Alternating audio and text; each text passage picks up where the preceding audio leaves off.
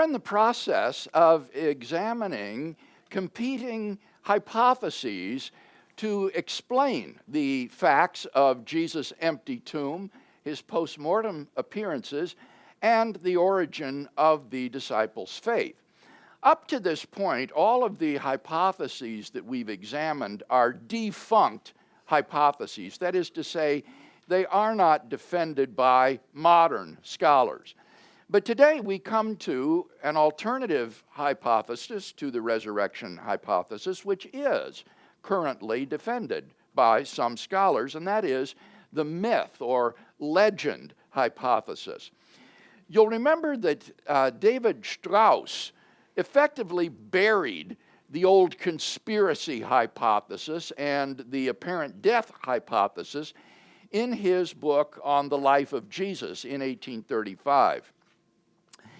Strauss correctly saw that neither the conspiracy theory of Reimarus nor the apparent death theory of Heinrich Paulus was a plausible explanation of the facts of the case. And therefore, Strauss sought a third alternative in the mythological explanation. According to this theory, the miraculous events of the Gospels never happened. Rather, the Gospel accounts of them are the result of a long process of the accumulation of legend and religious imagination. This is what Strauss wrote. In the view of the church, Jesus was miraculously revived. According to the deistic view of Reimarus, his corpse was stolen by the disciples.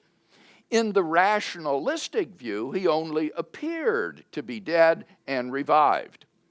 According to our view, the imagination of his followers, aroused in their deepest spirit, presented their master revived, for they could not possibly think of him as dead. What for a long time was valid as an external fact, first miraculous, then deceptive, finally simply natural, is hereby reduced completely to the state of the mind and made into an internal event. Strauss thus denied that there was any external fact to be explained. The gospel accounts of the resurrection of Jesus were unreliable legends which have been overlaid by myth. So Strauss's hypothesis is, in effect, a denial of the fact of the empty tomb. It is an appeal to the hallucination hypothesis to explain the post-mortem appearances. And finally, it's an appeal to myth and legend in order to explain the origin of the disciples' belief in Jesus' resurrection. Now, we've already come to see how contemporary scholarship disagrees with Strauss concerning the historicity of the empty tomb. The empty tomb is today widely recognized as a fact belonging to the historical Jesus. We'll say something later about the hallucination hypothesis as an explanation of the post-mortem appearances. So let's hold off on that until we come to that hypothesis. For now, what I'd like to focus on is Strauss's attempt to explain the origin of the disciples' belief in Jesus' resurrection. According to Strauss, contrary to Strauss, contemporary scholars have come to the conclusion that Jesus' resurrection was not, in fact, a later development, but rather was the belief of the earliest disciples themselves. The belief that Jesus was risen from the dead is the primitive belief of the earliest Christian disciples, not a later product of religious imagination or legend. You remember the conclusion by R.H. Fuller that I quoted a couple of lessons ago, when he says that even the most skeptical critic has to posit some mysterious X to get the movement going. And if you deny that Jesus' resurrection was itself that X, then you've got to hold that the disciples came sincerely to believe in Jesus' resurrection, either because of the influence of Christian theology upon them, or the influence of pagan religions, or the influence of Jewish religious beliefs. Let's examine each of those alternatives. First, obviously, the earliest disciples' belief in Jesus' resurrection cannot be due to Christian influences, for the simple reason that there wasn't any Christianity yet. Because the belief in Jesus' resurrection from the dead lay at the very foundation of the early Christian movement, it cannot be explained as the later product and retrojection of that movement. Without this belief, the movement would never have come into being in the first place. So what about pagan influences? Can the belief in Jesus' resurrection on the part of the earliest disciples be explained as the result of the influence of pagan mythology upon them? Well, back around the turn of the 19th to the 20th centuries, scholars in comparative religion ransacked the literature of ancient mythology in an attempt to find parallels to Christian beliefs in pagan religions, including parallels to the belief in Jesus' resurrection. And some even sought to show that these Christian beliefs are the result of these pagan influences. This movement, however, soon collapsed, principally due to two factors. First of all, scholars came to realize that the supposed parallels were spurious. That is to say, they were not truly parallel to belief in the resurrection. The ancient world was a virtual cornucopia of gods and heroes, and comparative studies in religion and literature require tremendous sensitivity to the similarities and differences in these beliefs, or otherwise distortion and confusion will inevitably result. And unfortunately, those who uncritically adduced parallels to belief in Jesus' resurrection failed to exercise that sort of sensitivity. Many of the alleged parallels are actually not about resurrection at all. For example, some of them are really apotheosis stories. That is to say, they're stories about the assumption of the person into heaven, his divinization, how he becomes a god. For example, the stories of Hercules and Romulus would be instances of that. Others would be disappearance stories, where the hero vanishes and is assumed into some higher sphere.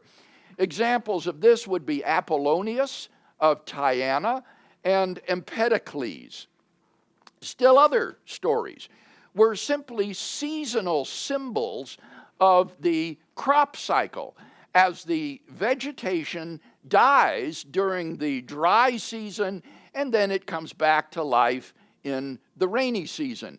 Examples of these seasonal symbols would be myths about Osiris, Tammuz, and Adonis. Finally, still others are political expression of emperor worship. For example, the cult of Julius Caesar or Caesar Augustus, who were regarded as gods. None of these is parallel to the Jewish idea of resurrection of the dead. David Aune, who is an expert in comparative ancient literature, has said, and I quote, that no parallel to them, that is the resurrection traditions, no parallel to them is found in Greco-Roman biography. Indeed, most scholars have actually come to doubt whether there really were any myths of dying and rising gods in the ancient world.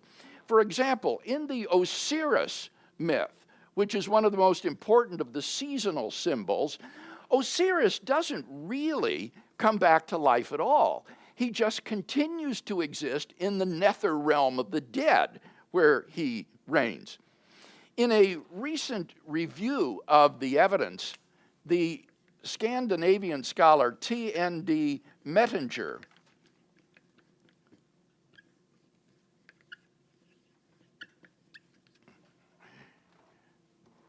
reports, and I quote, "From the 1930s, a consensus has developed to the effect that the dying and rising gods died but did not return or rise to live again. Those who still think differently are looked upon as residual members of an almost extinct species," end quote. Now, Mettinger himself defends the minority view that myths of dying and rising gods did exist in three cases that he mentions: Dumuzi, Baal, and Melkart. He thinks these are myths of dying and rising gods. But he recognizes that such seasonal symbols are quite unlike the Christian belief in Jesus' resurrection. This is what he says: "The dying and rising gods were closely related to the seasonal cycle. Their death and return were seen as reflected in the changes of plant life. The death and resurrection of Jesus is a one-time event, not repeated and unrelated to seasonal changes.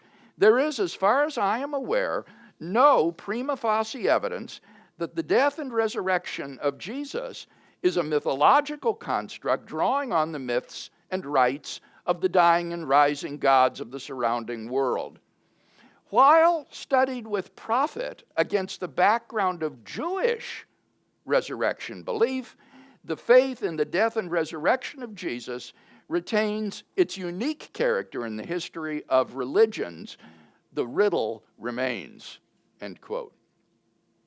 Now, notice Mettinger's comment that belief in Jesus' resurrection may be profitably studied against the background of Jewish resurrection beliefs, not against the background of pagan mythology.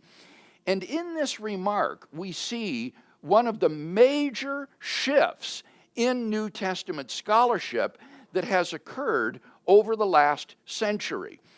This shift has been described as the Jewish reclamation of Jesus. The Jewish reclamation of Jesus.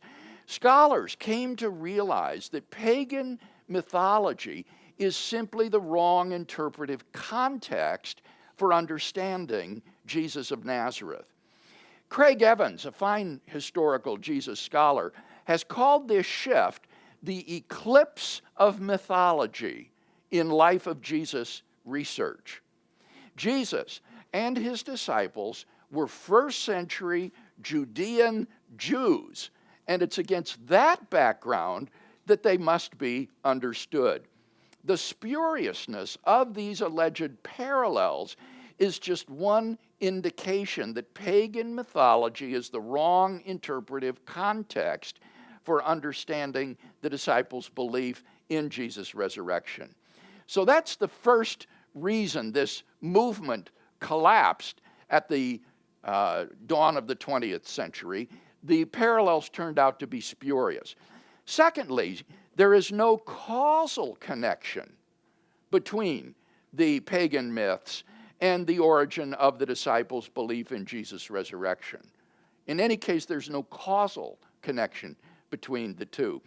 Jews were familiar with these seasonal deities. You actually find them mentioned in Ezekiel 8:14, where it refers to the beliefs of Tammuz. And they found them abhorrent and blasphemous.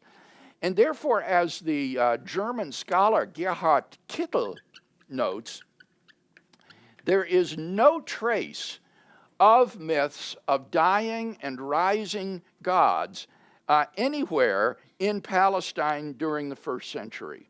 Not a trace of the myths of dying and rising gods in first century Palestine. I think that the German scholar Hans Grass certainly does not exaggerate. When Grass says that it would be, and I quote, completely unthinkable that the original disciples would sincerely have come to believe that Jesus was risen from the dead because they had heard about pagan myths of dying and rising seasonal deities. Any question about the attempt to explain the origin of the Christian belief through pagan influences?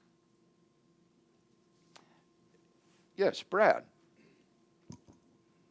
The no causal connection. Do you mean that there's can you explain that? What I mean is that there's no indication that these pagan myths had any influence upon the first disciples.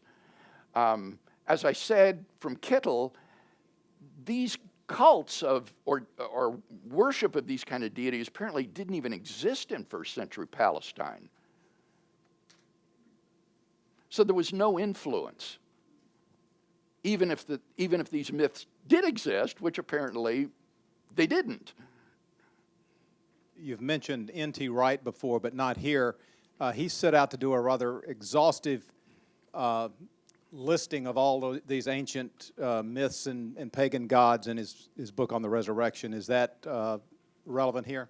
Yes, it is. As I explained when I began to talk about this third leg of the stool, namely the very origin of the disciples' belief in the resurrection, N.T. Wright's book, The Resurrection of the Son of God, is the fullest, most thorough development of that argument. Wright argues that the very origin of the disciples' belief cannot be explained through pagan influences or through Jewish influences, and therefore requires the historicity of the empty tomb and the post-mortem appearances. And his book, if you're interested, is a treasure trove of citations of the relevant literature. He doesn't just give the footnotes to it, he actually gives the citations. So it's like a library of ancient sources concerning the resurrection in pagan and Jewish thought. And so it's very, very helpful for anyone who wants to look at the original sources and see what they say. I'll say something more about Wright in a moment. Well, let's then look at Jewish influences. The real question then among contemporary scholars is whether the disciples' belief in Jesus' resurrection could have been the product of Jewish influences on them. Again, the answer would seem to be negative. Now, to understand this, we need to understand more fully what the Jewish conception of resurrection was. The belief in the resurrection of the dead is explicitly mentioned 3 times in the Old Testament. It's in Isaiah 26:19, Ezekiel chapter 37, and Daniel 12:2. Those are the 3 places belief in the resurrection of the dead is mentioned in the Old Testament. During the intertestamental period, the belief in the resurrection of the dead became a widespread hope. And in Jesus' day, this belief was held to by the party of the Pharisees, although it was denied by the party of the Sadducees. So there was not unanimity on this belief, but it was a common Jewish belief. The belief in the resurrection of the dead was in itself nothing new, but was an accepted Jewish belief. But the Jewish conception of resurrection from the dead differed in at least 2 fundamental respects from the resurrection of Jesus. First, in Jewish thought, the resurrection of the dead always occurs after the end of the world. Joachim Jeremias, a very prominent German New Testament scholar, has written the following. Ancient Judaism did not know of an anticipated resurrection as an event of history. Nowhere does one find in the literature anything comparable to the resurrection of Jesus. Certainly, resurrections of the dead were known, but these always concerned resuscitations, the return to the earthly life. In no place in the late Judaic literature does it concern a resurrection to glory as an event of history. For a Jew, the resurrection always occurred after the end of human history. He had no conception of a resurrection that would take place within history. It's interesting that we find this typical Jewish attitude in the Gospels themselves. For example, John 11, 23 to 24. John 11, 23 to 24. Here, Jesus is about to raise Lazarus from the dead. And he tells his sister Martha, "Your brother shall rise again." And what does Martha say? Martha said to him, "I know that he will rise again in the resurrection on the last day." She had no inkling of a resurrection within history. She thought that Jesus was talking about the resurrection at the end of the world. And I think it's for this same reason that the disciples had so much difficulty understanding Jesus' predictions of his own resurrection. They thought he was talking about the resurrection at the end of the world. Look, for example, at Mark 9, 9 to 11. Mark 9, 9 to 11. I'll read it to you. "And as they were coming down from the mountain, he gave them orders not to relate to anyone what they had seen until the Son of Man should rise from the dead. And they seized upon that statement, discussing with one another what rising from the dead might mean. And they began questioning him, saying, 'Why is it that the scribes say that Elijah must come first?'" Now, here Jesus predicts his resurrection. And what did the disciples ask? Why do the scribes say that Elijah must come first? In first century Judaism, it was widely believed that the prophet Elijah would come again before the great and terrible day of the Lord, the day of judgment, when the dead would be raised and judged.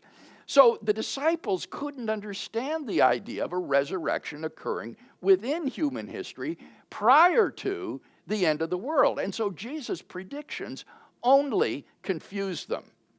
So, given the Jewish conception of the resurrection of the dead, after Jesus' crucifixion, the disciples would not have come to believe that he was already risen from the dead. Rather, they would have looked forward to the resurrection at the end of history, and probably in keeping with Jewish custom, preserved his tomb as a shrine where his bones could rest until the resurrection at the final day. Second point, in Jewish thought, the resurrection of the dead was always the resurrection of all the people, or of all the righteous dead. They had no conception of the resurrection of an isolated individual apart from the people. Again, the German scholar Ulrich Wilckens makes this point.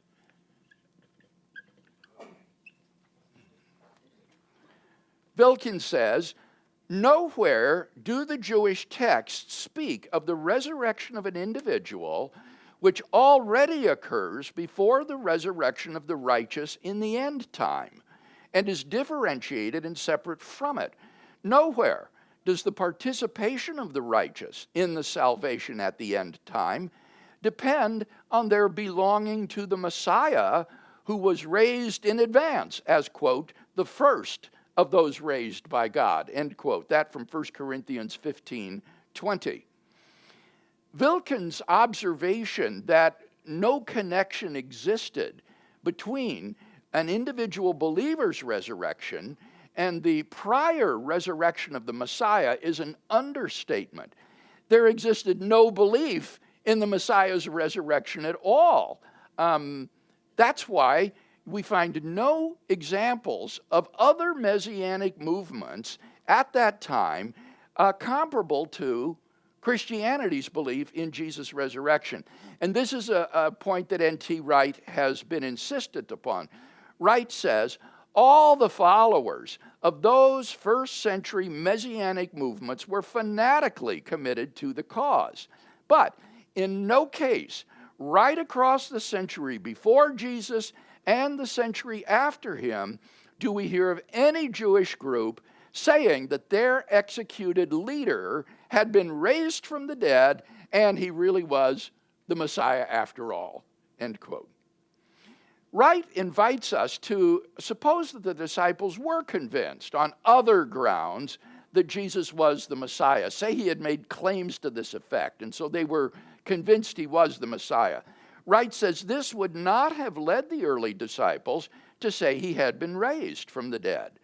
A change in the meaning of Messiah, yes, since nobody in the first century supposed the Messiah would die at the hands of pagans, but not an assertion of his resurrection.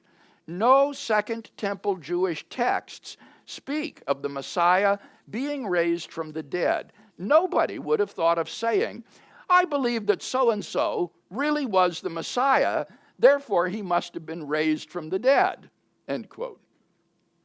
So the disciples had no idea of the resurrection of an isolated individual apart from the people, especially the resurrection of the Messiah. And so following Jesus' crucifixion, again, all they could have done was to wait with longing for the general resurrection of the dead in order to be reunited with their master again in glory.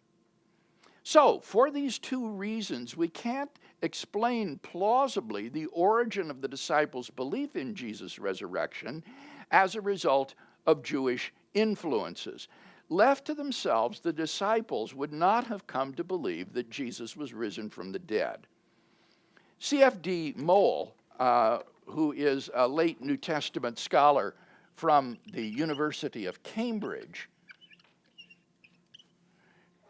makes the point forcefully. Moll writes, if the coming into existence of the Nazarenes, a phenomenon undeniably attested by the New Testament, rips a great hole in history, a hole the size and shape of the resurrection, what does the secular historian propose to stop it up with? The birth and rapid rise of the Christian church remain an unsolved enigma for any historian who refuses to take seriously the only explanation offered by the church itself. End quote. Any comment or question about the origin of the disciples' belief as a result of Jewish influences? Okay, T1. Yes, Dr. Craig, the Mark passage, Jesus did affirm the resurrection, and not at the end day, and it has already happened that Elijah actually has already come, and I guess John the Baptist is carrying. Right, Jesus seems to think that John the Baptist plays the role of Elijah, and so he does precede the resurrection. But you can imagine how confusing that would be to these first century Jewish disciples. Kevin. So the disciples would not have expected one person to be resurrected before the general resurrection, but would they have been that shocked for Jesus to have been resuscitated, like Lazarus? Yeah, that's a real good point. No, I don't think belief in his resuscitation would have been contrary to Jewish beliefs. In fact, Jeremias makes that point. Resuscitations were known, the return to the earthly life. And Jesus himself is said to have revived people. I prefer the word revivification to resuscitation, because when I think of a resuscitation, I think the person's not really dead. He's just been brought back again to consciousness. But a revivification, made alive again, a return to the earthly life, that would be within Jewish expectations or permissible. But that makes it all the more striking that that's not what the early Christian movement affirmed about Jesus. They affirmed his resurrection to glory such as Paul describes in 1 Corinthians 15, not his mere resuscitation like Lazarus. So when the apostles came to believe in the resurrection and they quote Old Testament Psalms and Yes. perhaps typology and such, would you just say that was obscure and they didn't see that beforehand, or how would you explain that? That's exactly right. It used to be thought that one of the things that fueled their belief in the resurrection was these Old Testament passages, which prompted them to believe Jesus was risen from the dead.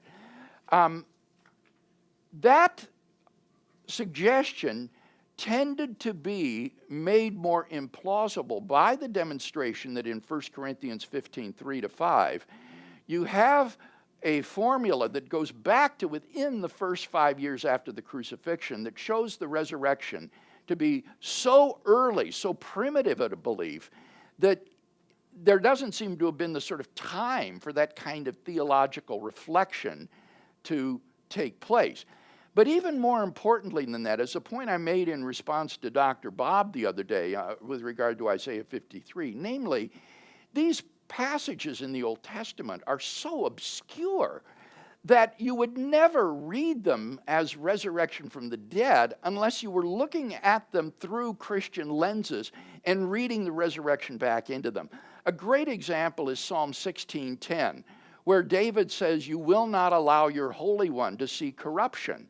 And in his sermon in the book of Acts, Peter says this is the prediction of the resurrection, that his body would not see corruption, he would be risen from the dead.